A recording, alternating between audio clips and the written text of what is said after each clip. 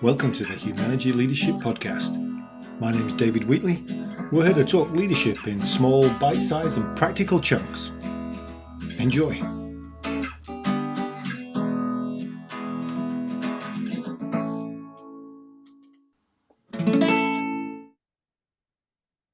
Well, this episode is another of our First Friday work sessions, which are available to anybody. You can sign up at humanergy.com. First Friday of every month at noon Eastern for about 55 minutes. We have great leadership conversation and some learning. And this time it's Corey Fernandez who's going to be sharing the aspect of what great teams do great, but around virtual teams.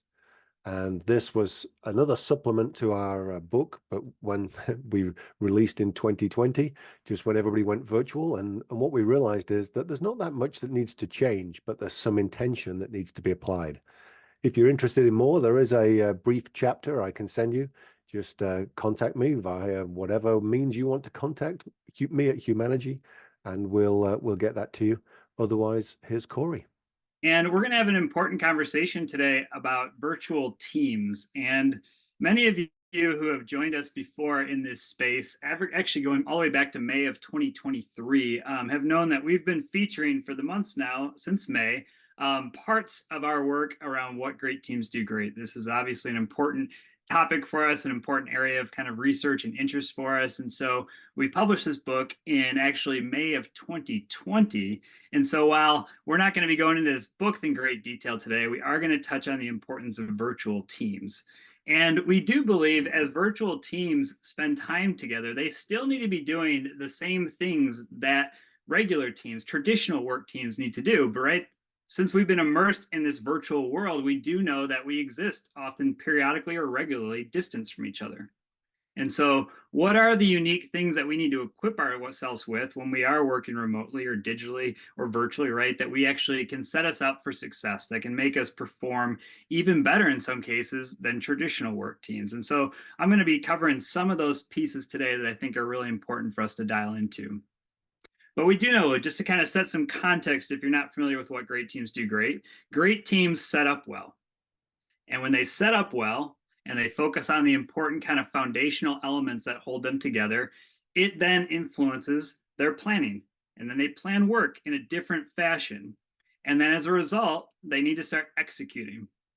And when teams, especially great teams, encounter issues, because every team has issues, they then make the choice to engage more and more on the green path and minimize the instances where on the red path. And so again, I'm not going to go in great detail here because this is all captured in our book, but I just wanted to set that context up so that we could have a little appreciation for the important work that we're talking about today, especially with virtual teams.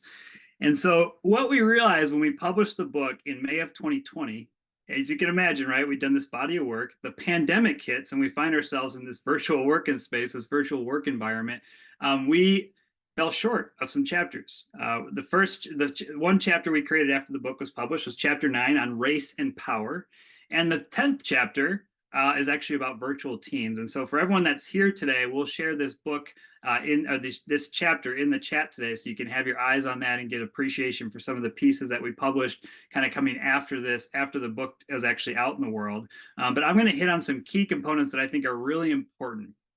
So specifically, we're going to be talking about where these yellow arrows are appearing on the screen. Who are we, which is a critical area. What will we do, or who will do what, and how will we communicate was another area I'll touch. Meetings and checking in with each other and how critical that is in a virtual workspace. And then the impact cycle. Do we truly have the right team? I mean, thinking about just bringing our team members on board and making sure we have the right talent, the right team in place to do this important work. So the first one we're going to touch on is who will do what and how we communicate. And so if you think about it, whether we're in a traditional team and certainly a virtual team, there are these instances, right, where we can become overloaded with information, overloaded with communication. And oftentimes that's a function of how many projects we might be carrying. In some cases, because virtual teams operate independently in a lot of instances, you have solo work happening quite a bit and you come together during key collaborations, we might lose sight of all the work that our teammates are carrying, right? So as projects go up, information and communication overload can become more common. And so in a virtual setting, it becomes really important that we're very clear on mission critical team goals. There is a component of us that absolutely needs to focus on running our business, running our team. And so we need to be clear on what are our goals that are going to help us do that, really our needs versus our wants. And we want to make sure we delegate and document really well so we have a sense for the individual goals, the roles and responsibilities of various teammates. And if if scope starts to creep, if it starts to expand, we might have to realign and get our heads around our capacity. Without that, we might lose sight, right, of all the different things that people are carrying, but we want to make sure we're real clear on mission critical team goals and individual goals and roles and responsibilities. And as things start to creep or expand potentially, we might have to realign, right? So we don't actually do ourselves more harm down the road where people are carrying too much. And we want to get clear on when we're going to come together, kind of our cadence of check-ins, weekly or twice per month is often what we recommend. That way, if you're just doing monthly meetings, if you happen to miss that meeting one time in a month, you're not having to wait for another month to get in front of people. So it's important that we really have a cadence of check-ins, right, to make sure we're checking progress and seeing how people are coming along with their capacity, troubleshooting instances before they get too big. And I also recommend that we have a way for people to kind of self-serve on company performance. It's important that as we're doing our day-to-day work, we have a chance to see how that work is impacting our progress and not wait to the end of a quarter, not wait to the end of the year potentially to see how those efforts are actually impacting our results.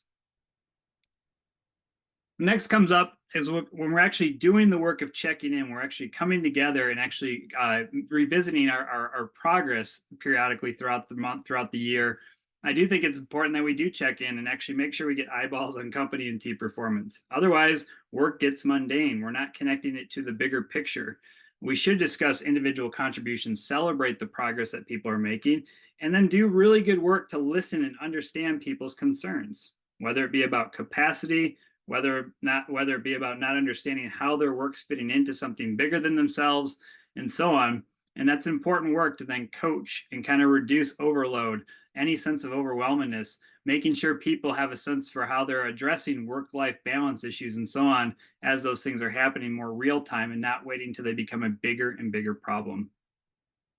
And again, this is space. When we check in regularly and we agree to that cadence, we can troubleshoot. We can be willing to defer, stop work potentially when it needs to happen to make sure that we're tracking on the right goals and not overwhelming each individual contributor on the team or individual members of the team. Okay. What I'll share on the screen is not something we're going to touch on in detail, but I will say we'll put a link in the chat right now so that you can go to our freebies section of our website. This is a resource we developed just to kind of help us manage under and over capacity issues on teams. So you can go to our freebies section by clicking on the link in the chat, and you can grab this resource and download that to your desktop. The next piece I want to touch on is around meeting and checking in. And so we've done a lot of work on meetings, of course, and the value of meetings and why we meet. But there's a little nuance when it comes to virtual teams that I want to speak to here. And so first, when should we meet is I think a great question to kind of kick things off. And we believe these 4 items that are on the screen right now are critical times when teams should meet, whether it's traditional or virtual. And the areas in blue, kind of those circles on those 2 in particular, make a decision and engage creativity. This is some recent research that I was reading that says that people particularly appreciate coming together to meet when we have to make a decision or engage our creativity. That is a very high premium, in fact, for when we come together and meet when those 2 types of items are on the table.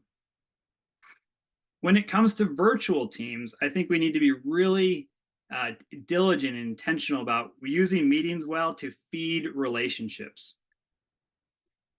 We don't want to get into a trap where we actually don't see each other as people and we just see each other as teammates. We absolutely need to, in a virtual setting, see each other as people. And so I think there is a 5th element for why we meet in a virtual setting, and that is to feed relationships. We should dedicate time to be people and not just team members, not just resources. We should open up space for office hours or virtual coffee sessions or water cooler sessions where we can actually just have more casual conversations. We can mimic this in our calendars, right? We can create kind of the traditional workspace experience in a virtual setting when we actually make it intentional. We mimic space to have coffee chats and time to connect with one another. This is a really critical piece. I think teams that leverage kind of walk and talks, where you have one team member in Seattle, another team member in Michigan, whatever it might be, and you're actually just spending time talking to each other while each of you is walking, and getting some time just to kind of get some exercise and some fresh air is another great way just to connect as people and not just rely on kind of the traditional cadence of work or the mundane cadence of work to drive our calendars. This is a critical piece that virtual teams do really, really well. The Humanergy team, we only do this once a year, but man, does it fill up our cups in terms of how we see each other, how we get to know each other throughout the year. As we actually create space in December where we're celebrating and kind of looking back on our year to bring photos of the important people in our life, the places that kind of touched us in the last year, or the passions that we have. And so we actually look across kind of our digital library of photos, and we'll screen share. We'll actually put those photos on the screen so people can get a glimpse of our family, get a glimpse of some of the places that were memorable to us in the past year, be aware of some of the passions, right? So we'll digitally kind of create that reflection for people to see and enjoy. And that's just one way that we try to bring our personal self, our people self to the table, and not just a team member self to the table. Okay. Next two items here, the last two items anyway.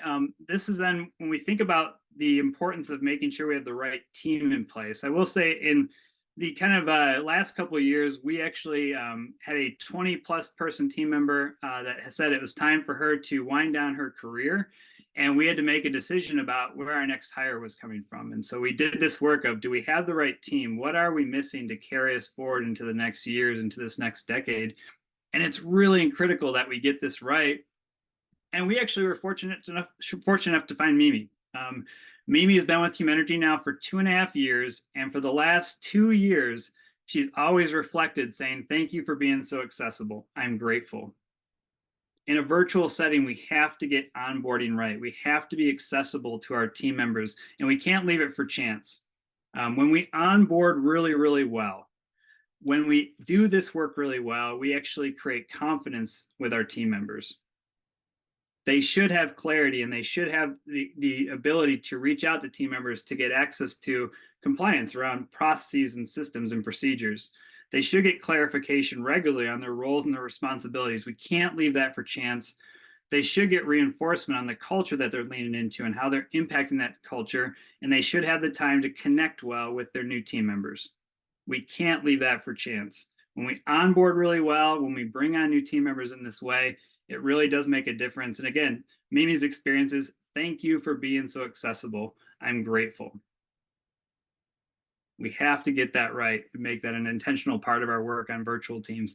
And again, we can mimic the traditional workspace with our screen sharing tools and allowing people to see our screen and our cursor and the way we're designing work or organizing work or communicating with customers or designing products and so on.